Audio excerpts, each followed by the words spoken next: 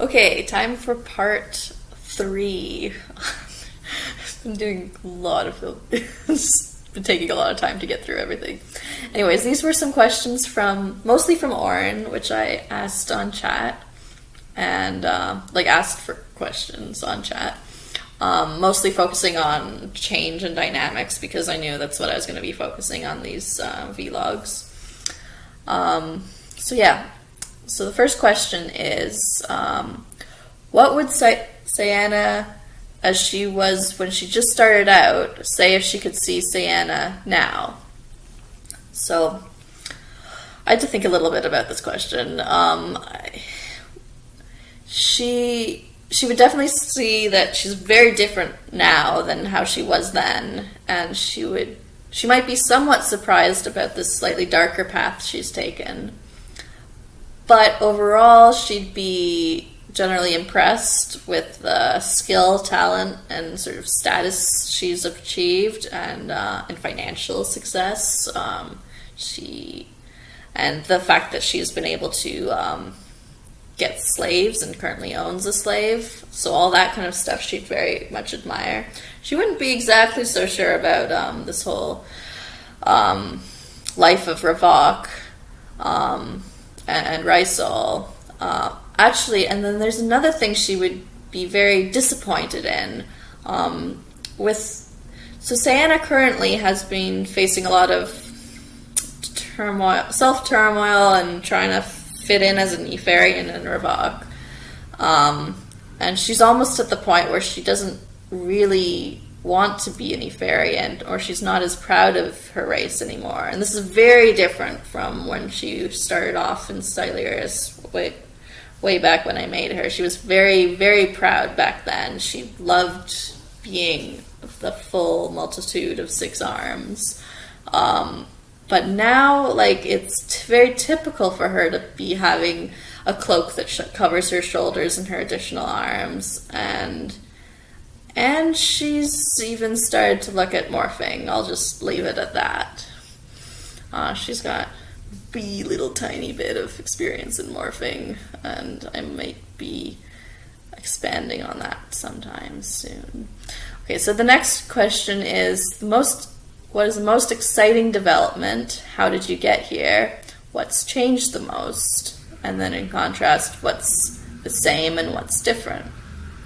So I guess for me as a writer, my most exciting development is this slow, long arc of her going from a very sort of good, potentially a little chaotic, but generally good character, being really friendly, having all sorts of, social party gatherings, meeting just anyone, to slowly getting this darker trend and not necessarily wanting to be the person you meet on the street. and what I find is very deeply satisfying is that sometimes other people out of character might say, yeah, Sayana's pretty scary, or whatever, or some kind of alluding to this sort of darker path that she's taken. As a reader, I love reading books with a strong villain and a villain that's sort of rational and makes sense, but is still a villain and has moral ambiguity. And so I still find it's hard for me to really write a convincing villain, but that's sort of a general track that she's gone in terms of overall development. What's the same? She's still incredibly proud person. She still socializes, interacts with people a lot, but there's more this manipulative socialization with other people that's more pronounced now. What goals do you have you noticed that are different from what compared to I'm jumbling. What goals are different from what she wanted before? Well, she's now got this sort of more religious goal of, or or at least she's got some affiliation to Rysel. She's not fully yet, but she's on that path, and that's very different from what she had thought of before. And then also this sort of spy, intrigue, intelligence arc to her development and her goals. That's very different from what she started off thinking of. The next question is, what paths has she begun to take? Tereg notes that because if you're in Ravok, I'm sure you're up to no good. So I won't elaborate too much, but in general, she's intending to do more spy work and intelligence gathering. But she struggles with her race in Ravok. Next question: do you approach writing Sayana differently now than how you used to?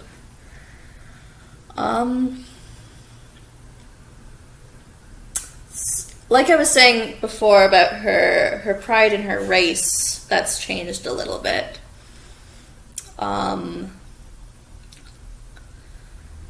And she's sometimes more ruthless. She's not always as caring as to other people, although there are occasions where she is actually surprisingly caring. And there's sort of less of this bubbliness out of her, so she's less out there, and she's willing to be more patient at times when it benefits her. At first, when I was writing with her, she was not patient at all, and I purposefully try and make her excessively spontaneous, and try and think of the most random things and just have her do it just for the fun of it. Now there's a little bit less of that obvious spontaneity, and so she's overall developed a little bit of patience over time. And then a question I had that I added to that is, I might also add how I approach writing differently, just sort of general writing. When I started on Mizahar, it was like it was the fun of role playing, it was fun of writing, fun of meeting new people, interacting. I sometimes struggled coming up with interesting plots, but that was only like in the first season or so, and then plots just kept coming out of my ears, and I can't write them all.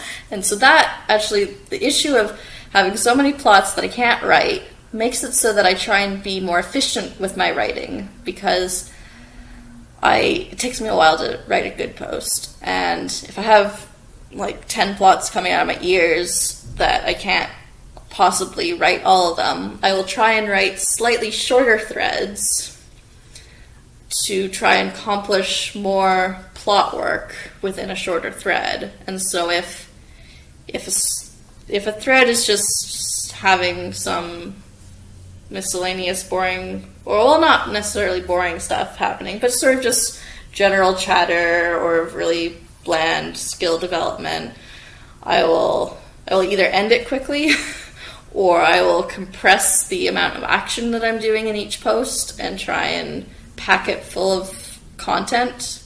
And if I'm playing with another person, I might try and advance the plot just that much further each time so that I can get a lot more in for each post. And so overall, I've tried to become more efficient with my posts, and sometimes even if I'm doing a thread, I might have one plot line and a second one sort of interwoven inside, so they're both kind of going on, so I'm making sort of double use of my posts, so I don't end up having to do 2 threads. I can do 2 in the time of 1, or the word count of 1. And so I'm just trying to, so I've found that overall I'll pack things a lot tighter, and I don't mind doing a 6-post thread or a 10-post thread with someone. And if it gets to be 2 pages long or 3 pages long, then I will then there'd better be a really good reason for it, because I'd rather keep things tighter and shorter. What's harder and what's easier for you to write, if anything? Well, like I've said, with coming up with good plots has been easier over time. In terms of actual details, I'm not sure. Sometimes I'm a little bit more cautious with the love scenes than when I used to be. I used to just sort of do whatever with the love scenes and go all out, but now I want to keep it relevant and not just love scene for the sake of love scene, and also acknowledge other people, either my partner or other people reading it might not be as enthralled in said love scene, and so I try and tone that down more. I was recently role playing with someone, Elias, and he's got a beautiful elegance and style to his writing, and so I've started to try and I'm not even close to where his style is at, but I'm probably going to start mimicking some of the things that he uses and what other people use that I think is elegant. And so that part is going to be a new challenge, to write more stylistic writing rather than sort of mechanical. Okay, she lifted her, left or her right mid-arm, or, just a little bit less of the mechanical, more of the elegance and the flowing of the writing. That's what I want to work on. Next question. How much of Sayana's development was planned and how much happened naturally?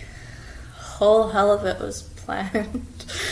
Okay, some of it happened naturally. A lot of in the other two videos of vlogs, I covered a lot of the main things, plot arcs. A lot of those plot arcs were planned. I planned her to go to Alvadas to do the more underground skills. I planned her to meet Clyde, like a year before actually meeting him. Well, it was on my to-do list. I planned sort of the marriage and the motherhood themes, and some of the slavery themes. I didn't. One thing that was not planned was that she actually is totally okay with Zith now. If she meets one, she won't go all crazy on them. So that's sort of more chilled. Some of the plot arcs that involved people abandoning, those were kind of a reactionary planning. So I had to adjust for certain situations where someone was no longer active. So those weren't natural and they weren't planned. So kind of neither. They were reactionary adjustments. I didn't plan for her to go to Sahova. And so that was another reactionary sort of thing. And some of her magic wasn't exactly planned, like her vehemency, and yeah, I think that's it. Although I had planned her first element like a year before she actually got initiated in vehemency. Anyways, it looks like I have 1 minute left. Oh, there we go. So of course you have to end with, where does Sayana go from here? She's in Ravok, and she's doing some intelligence networking, and she's not being very happy being an Inferian in Ravok, and she's separated from Clyde, and she has a slave named Shires. And we'll have to see, because I generally have a whole slew of plot arcs in my head, and she's on a whole slew of plot arcs already, but I won't give all the details, and you'll just have to find out.